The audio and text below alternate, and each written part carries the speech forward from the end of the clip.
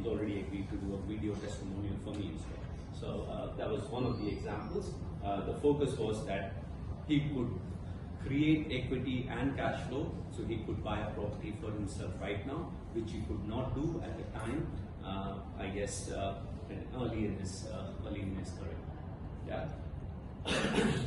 Second example, again, these are a South African couple who had moved from Joburg, I believe, and very good income, couple of kids. They owned the property in Ponds, Stanhope Gardens, I forget. They had equity. They didn't have a lot of residual cash, but they were looking at expanding or sort of getting into property investment.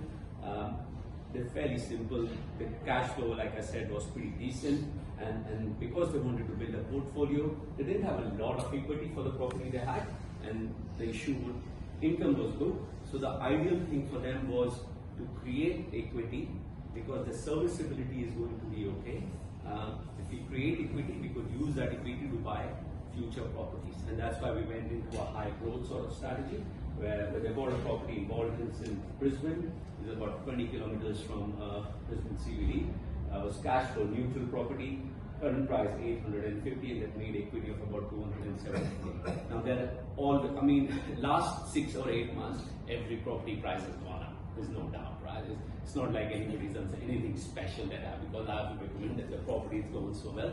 Everything has gone up. But even before that period, that property was already sitting at about 150, 170k up. So they've done very well. That equity they could use to now buy the next property, and the next property they're looking at something which is going to give them a high cash flow. Third is it's a couple in mid-30s. They had one kid. They already had one kid, 6 years old or something. Relatively good income, 180k. They had a bit of deposit. They only used 70k of the deposit, and their risk profile was they didn't want a lot of loan. Right? They were just sort of scared of loan. The way we went about helping them was we got them into a property in Bendigo, which was lower entry point at that time. It was a cash flow positive property to a certain extent.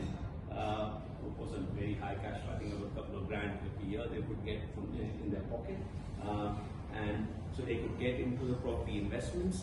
That group fell a bit. It's about 570 now. Nothing you can't find anything less than 570 in Bendigo.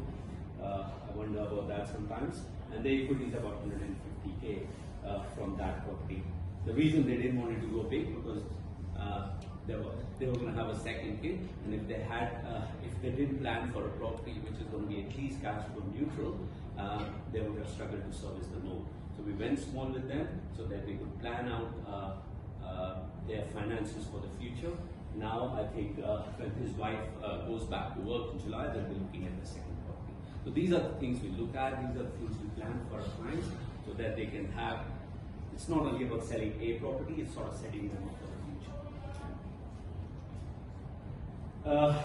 So the question we get asked is, Palash, how much do you charge? This looks like a fair bit of stuff, because we do a lot of things. We provide a good written strategy which is produced in a nice document. We tell them about the areas. So every area we recommend, we say, hey, these are the 10 or 12 points of differentiation of this area compared to any other.